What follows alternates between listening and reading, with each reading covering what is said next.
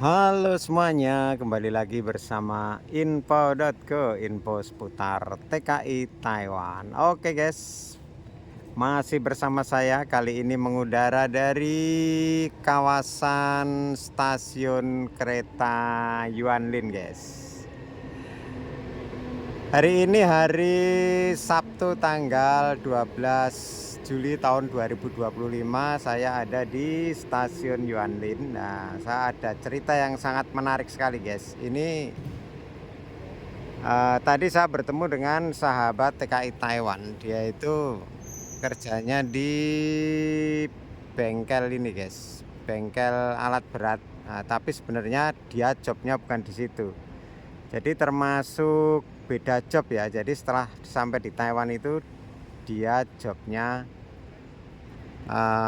beda dari yang PK guys. Tapi saya tanya-tanya, dianya nyaman sekali dan akhirnya saya sama dia ngobrol banyak tentang kerjanya dia guys. Oke, sebelum lanjut buat teman-teman semuanya yang belum ngopi, silahkan diseruput kopinya dulu, sembari mendengarkan cerita ini. Semoga bermanfaat buat teman-teman sahabat TKI semuanya. Langsung dari Yuanlin, inilah ceritanya guys. Oke guys, jadi tadi itu hari Sabtu itu saya bertemu dengan salah satu TKI yang ada di Taiwan. Itu berasal dari kota Cirebon, Jawa Barat guys. Saya tanya, dia masnya itu baru sekitar 1,5 tahun ya, baru 1,5 tahun. Terus sekarang dia kerjanya ternyata di daerah, masih daerah Kaohsiung juga. Jadi daerah, sebentar aku agak lupa ya, daerah, aduh, Linyen. Nah, daerah Linyen itu dia bekerja di bengkel guys, bengkel alat berat. Ya pokoknya bengkel alat berat lah, termasuk kayak ekskavator, terus apa sejenisnya itu. Nah, tapi yang menarik ya, yang menarik itu sebenarnya waktu proses dari Indonesia, waktu di PT-nya itu kan saya tanya proses berapa bulan kan begitu ya. Ternyata prosesnya itu hanya sekitar 1 bulan guys. Jadi 1 bulan, terus biayanya habisnya itu sekitar 70 juta. Nah, jadi bayar di PT itu 70 juta. Tapi belum termasuk paspor belum, terus medical 2 kali belum, terus lain-lainnya lah. Tapi kalau dihitung sama paspor medical ya, kata masnya itu sekitar habis 80-an juta lah, termasuk mondar mandir ya. Lalu setelah sampai di Taiwan itu potongannya, saya tanya totalnya sekitar 25.000 Taiwan, itu sekitar ya 12-an juta, 12,5 juta lah. Kalau di total berarti sekitar 92 juta. Nah, itu masalah biayanya. Lah pas aku tanya masalah proses, kan hanya 1 bulan ya, hanya 1 bulan kok cepet bener. Biasanya teman-teman itu yang proses kan lama mas, aku kan tanya begitu. Nah, dia katanya di PT itu hanya numpang proses guys, hanya numpang proses. Lalu saya tanya, kok hanya numpang proses, emang calling visa mas nih? Iya calling visa nih. Nah, nggak taunya itu calling visa, pantesan kan cepet bener ya kak, cuman numpang proses. Soalnya apa, dia calling visa, terus jobnya yang nyariin itu dari kakaknya yang ada di kota Taichung. Jadi kakaknya dia kan apa ya, semacam PRT lah. Nah PRT, terus dia nyarikan calling visa mungkin ya lewat agennya apa gimana kan nggak tahu ya. Tapi prosesnya seperti itu. Nah setelah hanya 1 bulan akhirnya berangkat ke Taiwan dengan biaya kurang lebih ya sekitar, kalau buat semuanya sekitar 80 juta. Setelah di Taiwan kena potongan totalnya kira-kira sebesar, kalau di global katanya sekitar 25.000 guys. Lah yang menarik lagi itu jobnya. Nah jobnya ini yang menarik guys. Maksudnya yang menarik itu, jadi ini buat gambaran teman-teman semuanya yang misalkan nanti setelah sampai di Taiwan itu jobnya berubah atau jobnya beda. Lah ini seperti yang dialami masnya ini. Masnya ini di jobnya itu pabrik bubut ya, yang ada di salah satu di Kota Pintung pabriknya itu. Lah terus setelah sampai di Taiwan ternyata kerjanya tidak di situ guys, tidak di job yang tertulis di PK itu. Jadi dia kerjanya di bengkel alat berat itu tadi. Tapi alamatnya ya, alamat ARC, alamat Cempoka yang Askes itu loh, itu di pabrik yang di Pintung. Jadi bukan di pabrik yang tempat dia kerja. Nah setelah saya tanya kenapa bisa begitu ya, kenapa bisa begitu mas nih, itu katanya itu memang semuanya begitu. Nah jadi di situ itu yang kerja kan ada sekitar 3 orang Indonya itu 3 orang, selebihnya orang Taiwan lah ya. Semuanya itu begitu. Jadi tidak ada yang job di pabrik yang tempat kerja yang sekarang yang di bengkel alat berat itu tidak ada. Beda-beda semua, ada yang alamatnya di Pintung, alamatnya di Kaohsiung, alamatnya di Tainan, tapi kerjanya di situ. Nah itu setelah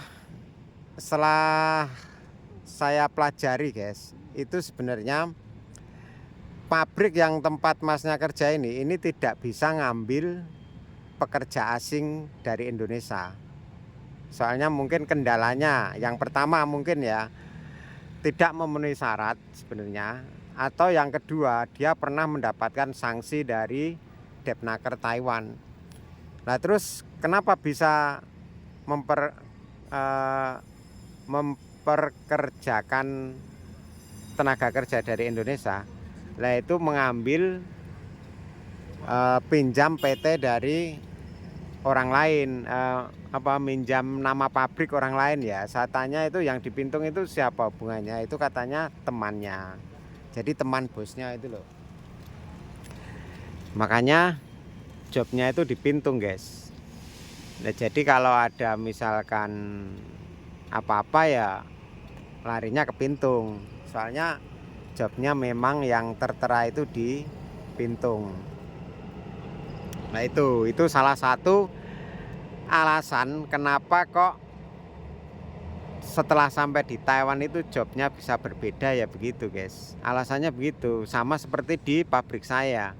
Pabrik saya itu tidak bisa juga ngambil langsung dari Indonesia atas nama pabrik saya, nggak bisa. Dulu saya juga begitu, mengatasnamakan pabrik lain. Nah setelah sampai di Taiwan diproses, akhirnya saya dipindah ke pabrik tempat kerja saya. Nah makanya buat teman-teman yang nanti jobnya bisa berbeda, alasannya seperti itu guys. Jadi jangan terus minta pulang, wah saya jobnya nggak sesuai gini-gini pulang lah ya sudah, akhirnya kan kalian yang rugi sendiri. Misalkan baru sampai di Taiwan sebulan 2 bulan terus gara-gara jobnya berbeda kalian minta pulang atau gimana kan, nah itu resikonya. Kalau dipulangkan ya udah modal puluhan juta akhirnya kandas. Lanjut lagi masalah yang di pabrik itu tadi. Nah yang di pabrik itu tadi kan kerjanya di bengkel alat berat guys. Saya tanya gimana mas, nyaman apa enggak kerjanya, saya tanya kan begitu ya. Ya alhamdulillah nyaman mas. Lah terus kalau yang di Pintung itu sebenarnya pabrik apa? Itu semacam kayak pabrik bubut. Nah, yang aslinya sebenarnya.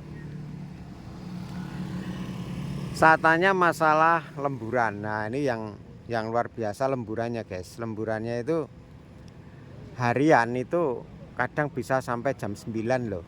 Kalau pas kerjaan banyak. Soalnya begini ya.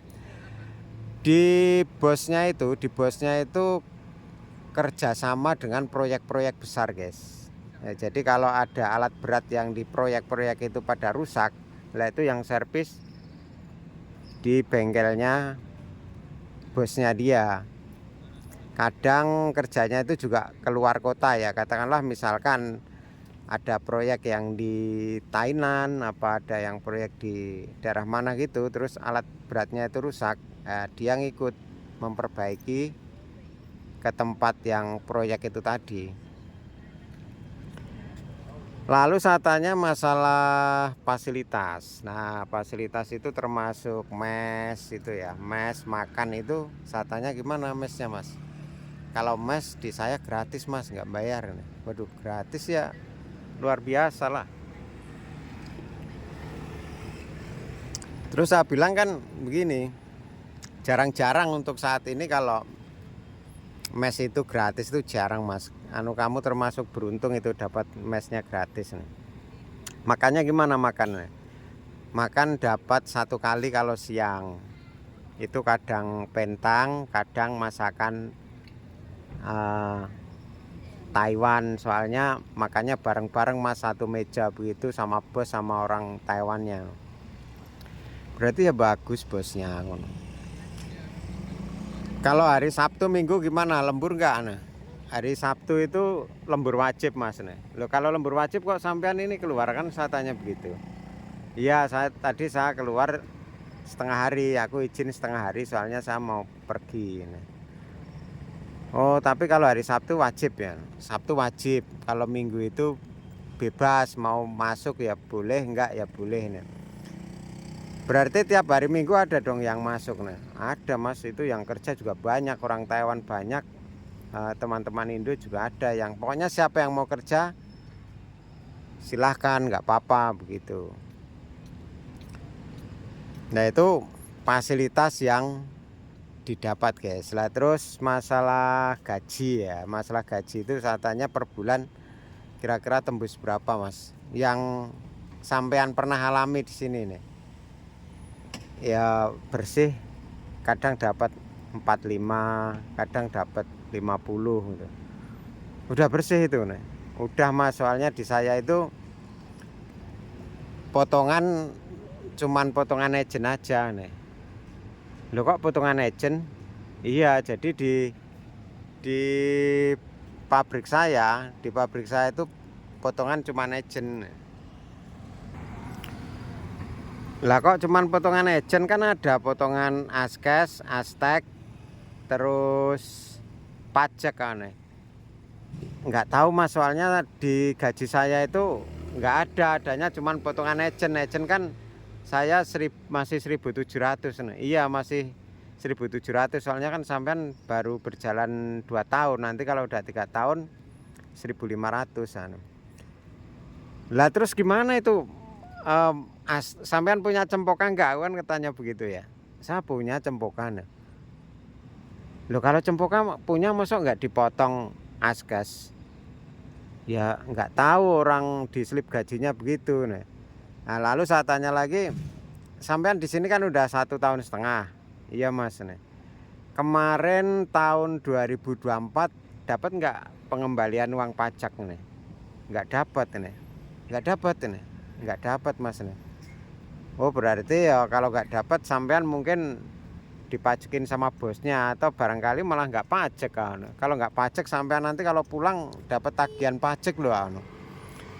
Ya nggak tahu, Mas, soalnya begini. Terus dia cerita, guys. Nah, ceritanya itu gaji di Taiwan kan UMR sekarang itu 28.590 ya. Lah di kerjanya Masnya ini di bengkel alat berat ini, dia itu terima gaji 26.000. Nah, 26.000. Kalau UMR kan 28.590. Lah terus terimanya cuma 26.000. Lah itu ternyata itu udah dipotong sama agent 1.700 ya. Lah terus kalau 26 UMR kan 28.590. Berarti yang nggak dibayarkan kan sekitar 1000 kok 2000 ya, 2.590 guys yang tidak dibayarkan, soalnya dia kan terima cuma 26. Lah itu kepotong ke agensi 1.700, lalu kepotong sama Askes dan Astek. Saya kira seperti itu, soalnya dia kan terima gaji cuma 26. Nah, yang jadi pertanyaan ini masalah pajaknya. Pajaknya itu dia dipajekin bos atau gimana? Kamu mending tanya ke agen. Aku kan bilang gitu ya. Tanya ke agensi masalah pajak saya gimana Kak, itu dibayar sama bos apa enggak apa gimana? Soalnya kan saya setiap gajian terimanya cuma 26.000. Itu katanya sudah dipotong ke agensi dan lain-lainnya. Coba kamu tanya begitu, takutnya kalau nggak tanya nanti kalau kamu udah finish kontrak dapat tagihan itu uang pajak selama tinggal di Taiwan. Kalau misalkan tidak membayar pajak, kalau nggak bayar pajak nggak bisa pulang, ditahan di bandara loh. Akhirnya ya Mas, besok saya mau tanya ke agensi begitu. Nah iya, soalnya kan gajinya cuma 26.000 ya UMR-nya. Maksudnya itu yang UMR loh. Kalau yang lembur itu beda lagi. Maksudnya UMR-nya itu yang tertulis 26. Kalau UMR kan 28.590. Ya memang di Taiwan itu gini guys ya, peraturan setiap pabrik itu kan beda-beda ya. Teman saya juga ada yang UMR-nya itu sebenarnya 28.590. Dia cuma dibayar 27.000 berapa begitu.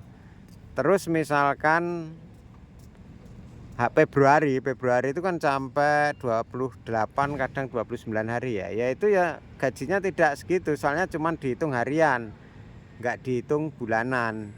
Nah nanti kalau misalkan bulan itu sampai 31 hari ya dia dapat tambahan lagi, soalnya ngitungnya hari bukan bulan ya. Kalau di saya di pabrik tempat kerja saya ngitungnya bulan, mau sebulan 30 hari, 31, 29. Misalkan kalau pas Februari itu 28 ya gajinya tetap gaji UMR. Soalnya peraturan pabrik itu beda pabrik, beda peraturan kalau masalah bayaran. Jadi gitu ya guys ya, itu tadi saya ngobrol sama sahabat TKI yang berasal dari kota Cirebon, Jawa Barat. Mudah-mudahan cerita ini ada manfaatnya ya, terutama buat teman-teman yang bimbang atau ragu nanti setelah sampai di Taiwan gimana job saya kalau berubah. Soalnya banyak kan teman-teman yang setelah sampai di Taiwan itu jobnya berubah, akhirnya ya itu tadi, yang tidak kuat mental atau ngedon akhirnya minta pulang ke Indonesia. Padahal ke Taiwan kan biayanya waktu proses itu juga tidak murah guys. Nanti kalian pikirkan setelah sampai di Taiwan, yang penting itu mental. Misalkan berubah seperti masnya ini ya nggak apa-apa, toh buktinya masnya yang ini juga enjoy aja. Saya tanya gimana kerjanya, enak gitu ya, berarti kan nggak ada masalah walaupun beda jobnya. Oke gitu aja teman-teman semuanya, mudah-mudahan cerita ini ada manfaatnya. Masih dari kawasan kota Yuanlin. Nah ini malam minggu saya ada di sini menikmati malam. Nanti suatu saat setiap malam minggu saya akan bikin konten itu di kota-kota lainnya guys. Misalkan malam ini di kota Yuanlin, nah nanti malam minggu berikutnya misalkan apakah di kota Changhua, apakah di kota Taichung, atau di kota-kota yang lainnya. Oke, terima kasih buat semuanya. Mudah-mudahan sehat. Buat teman-teman yang mau berangkat ke Taiwan, semoga jobnya lancar, prosesnya lancar, berangkat ke Taiwan. Oke, sampai ketemu di video-video berikutnya. Bye-bye, terima kasih.